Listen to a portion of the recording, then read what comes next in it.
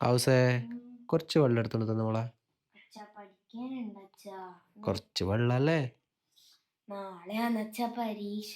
കൊറേ ഉണ്ട് പഠിക്കാൻ. ഇത് പഠിച്ചാലേ നാളെ എഴുതാൻ കഴിയൂ അച്ഛാ. നാളെ എന്തും പരീക്ഷ? സോഷ്യൽ.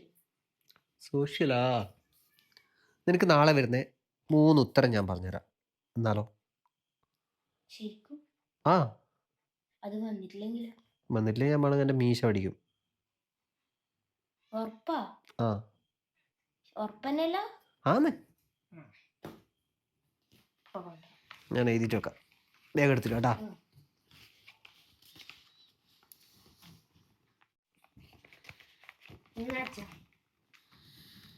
ഞാൻ 3 അല്ല 4 എണ്ണം എഴുതിയിട്ടുണ്ട് കേട്ടാ. 4 ഉറപ്പായിട്ട് വരും. ആ.